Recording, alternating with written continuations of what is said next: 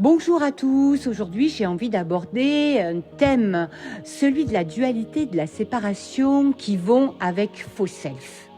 Effectivement, j'ai de plus en plus de personnes dans le cabinet qui viennent pour entrer en thérapie, qui ont des souffrances vraiment profondes. La cure s'installe, elle rentre dans un rythme de respiration holotropique, elle rentre dans un rythme de consultation, d'intégration, et puis là, il m'apparaît deux visages. Ce que le corps exprime sur le matelas et ce que la personne en face de moi laisse paraître. C'est ce que j'appelle un faux self, c'est-à-dire montrer la meilleure version de soi-même au psychothérapeute et à soi-même dans la foulée. Alors là, mon travail, il va être graduellement d'amener la personne à sortir de ses croyances fortes. Parce que la personne s'imagine qu'il y a le bien et le mal et que ceci aurait une notion morale. C'est-à-dire, quand on est bien, on est dans le bien et que lorsqu'on est mal, on est dans le mal.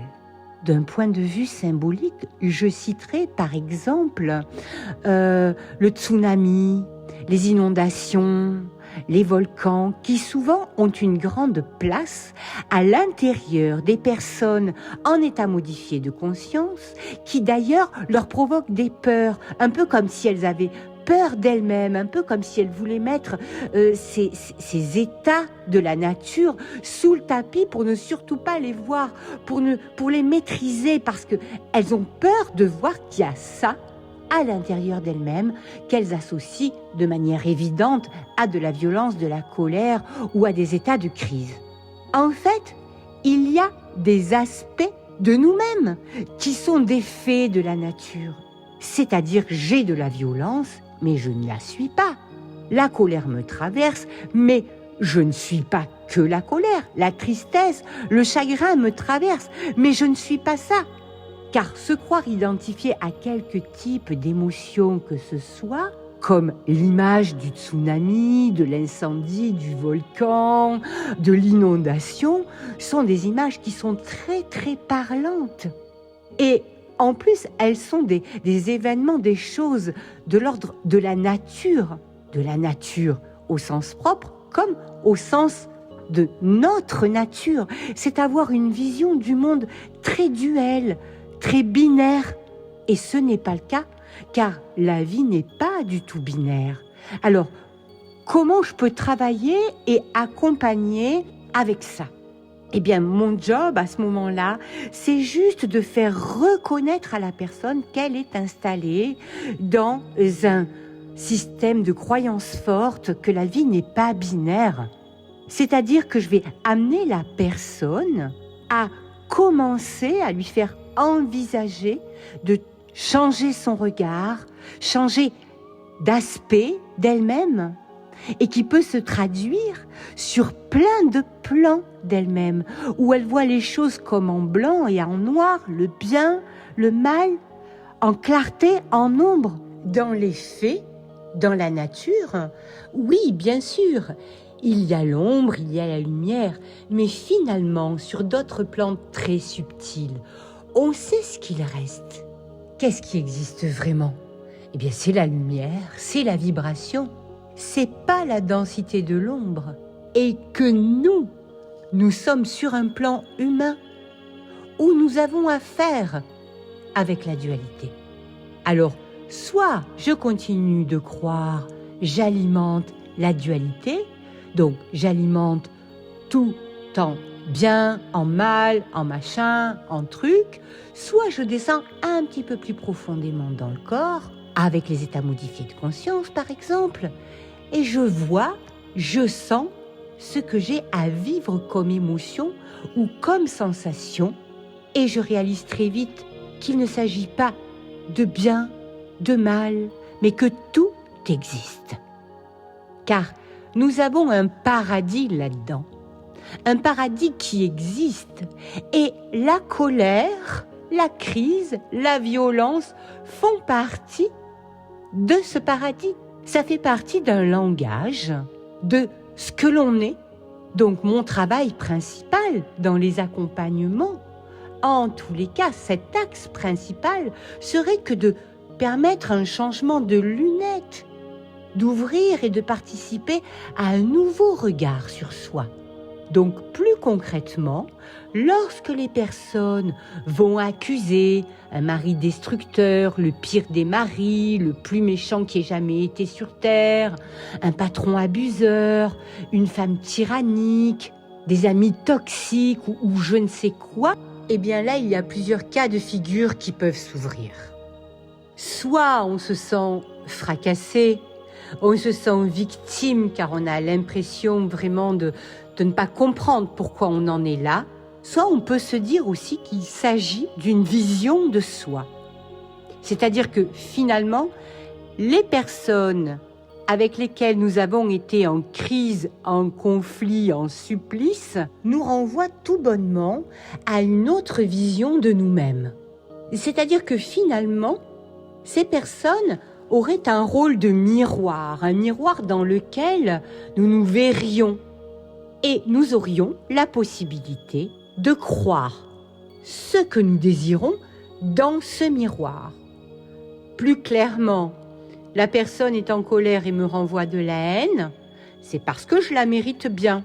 La personne est d'une violence inouïe, je connais ce langage, donc moi aussi j'ai de la violence. Ainsi de suite. Ces miroirs ont effectivement beaucoup de choses à nous apprendre les uns envers les autres, car la réalité, c'est que les personnes qui sont en situation conflictuelle, manifestement, se sont bien choisies. Bien sûr qu'il ne s'agit pas de se rendre coupable de quoi que ce soit. C'est pour dire, si je change mon regard, voir que l'autre est mon miroir, qu'est-ce que ça peut bien me dire de moi ?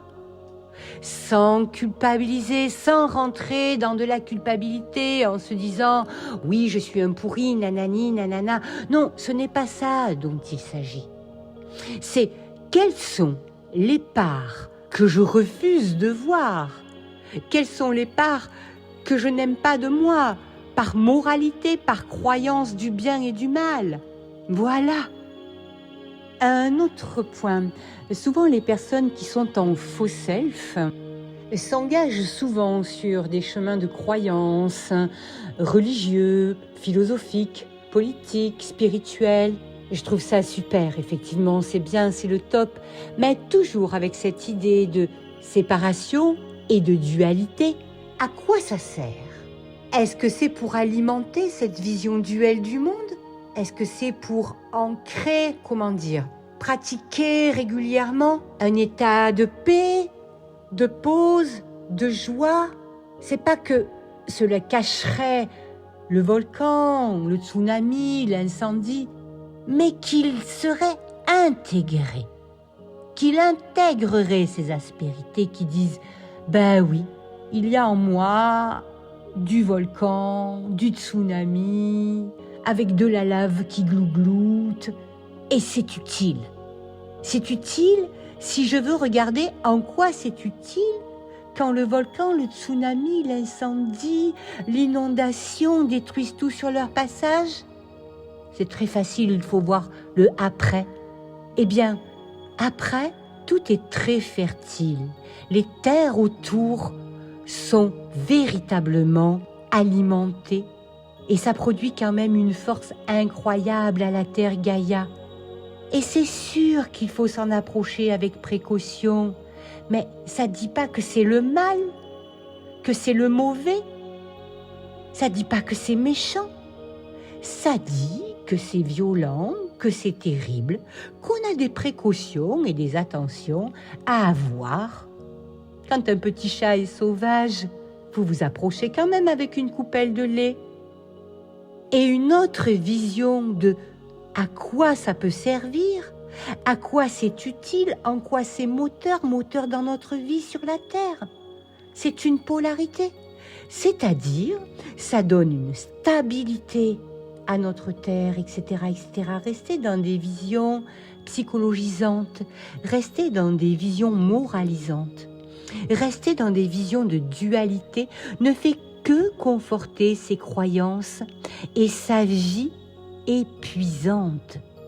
parce que ça fatigue énormément. Et les contraires, malheureusement, ne communiquent pas ensemble. Alors que dans la vie, ce ne sont plus des contraintes ni des contraires, ce sont des polarités du plus, du moins, qui maintiennent un équilibre, du donner et du recevoir, qui maintiennent un équilibre, qui fait que l'eau est reçue par la terre, ça donne de l'herbe, des arbres, de l'oxygène, et ça continue de ci, de là, et sur tous les différents plans donner, recevoir, marche. Vous le savez bien, c'est pas la séparation qui marche, c'est pas non plus la dualité qui marche et qui font fonctionner la vie. Voilà.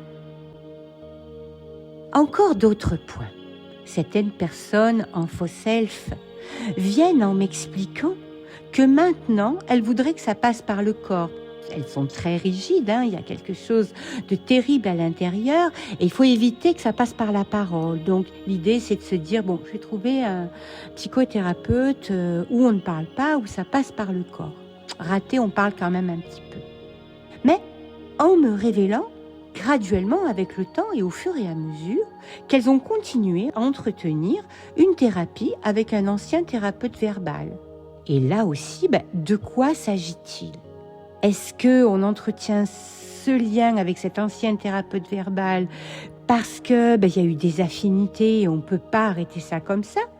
Ou est-ce que, en fait, on va manger plusieurs râteliers pour tout simplement entretenir peut-être la concurrence, peut-être la dualité, peut-être la séparation. De quoi s'agit-il ? C'est très régulier comme situation.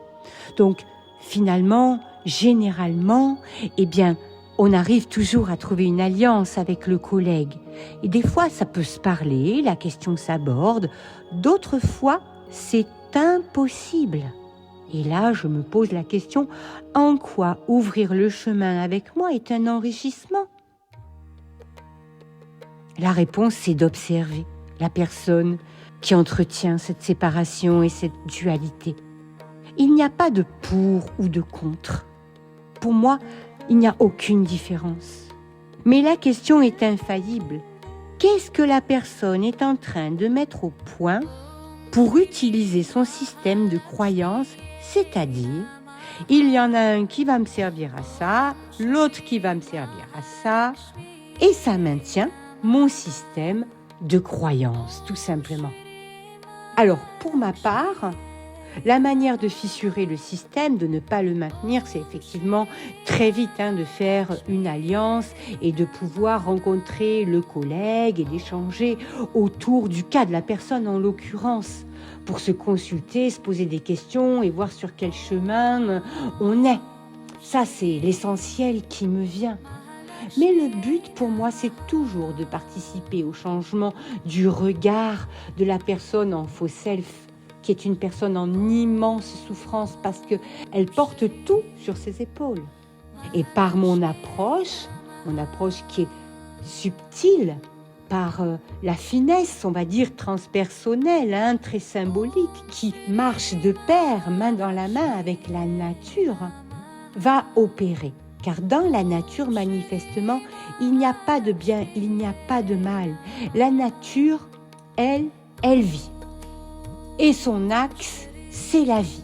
Donc, elle se débrouille pour vivre. Et si de toute façon, un jour sur Terre, il y a un problème, ce sera parce que les hommes auront fait des conneries avec leur système de croyance et de toute puissance. Mais la force de la nature, moi j'y crois. Elle restera au-delà de nous, au-delà de l'humanité. Nous, on est des petits rigolos. La nature, elle a une force incommensurable. Et de ce fait, dans mon travail, je m'appuie sur cette connaissance qui est symbolique, transpersonnelle, particulière et très profonde aussi. Je m'appuie aussi beaucoup sur le corps humain qui est un réceptacle de la nature, de nos natures, de nos éléments naturels de base. Donc, comment, jusqu'à présent, les personnes en faux self, dans la dualité, dans la séparation, ne l'écoutaient pas? et comment elles l'ont écoutée d'une certaine façon, ou comment elles veulent la maîtriser et l'encadrer en disant « moi je veux sauver un tel, moi je veux correspondre à ce que mes parents attendent de moi ». Qu'est-ce que disent les corps? Qu'est-ce que disent les corps sur le matelas, en état modifié de conscience, ou sous Dream Machine pour les personnes qui ne peuvent pas respirer? Si le corps montre un tsunami, une inondation, un volcan, qu'est-ce que dit le tsunami, l'inondation, le volcan? Des voix peuvent apparaître, des messages peuvent apparaître, reliés peut-être à des surexcitations du mental, ou alors peut-être à des fissures ou à des failles de la psyché qui laissent passer une autre manière de s'exprimer. En tous les cas, ça dit quelque chose sur le système intérieur qui est si souvent tellement rigide. C'est pour ça qu'il cherche à s'exprimer autrement. Et moi, mon travail et ma conviction quand même, c'est de voir les choses autrement. C'est de dire qu'autre chose doit et a à s'exprimer. Donc je prends ce parti et j'écoute, je traduis pour une bonne intégration ce que les messages expliquent aux personnes qui sont en état modifié de conscience. Donc voilà, il y a avec ce côté transpersonnel la possibilité de relier les personnes à la symbolique, à la nature, à d'autres espaces qui parlent différemment pour aider. Les personnes en faux self sont très souvent dans des manifestations virulentes, très rigides et sont souvent dans des bras de fer. Heureusement que les métaux fondent facilement en respiration holotropique. Sinon, il faut juste faire confiance à la nature, au temps, au process qui sera comme une boussole. Voilà, je ne sais pas si j'ai été suffisamment claire.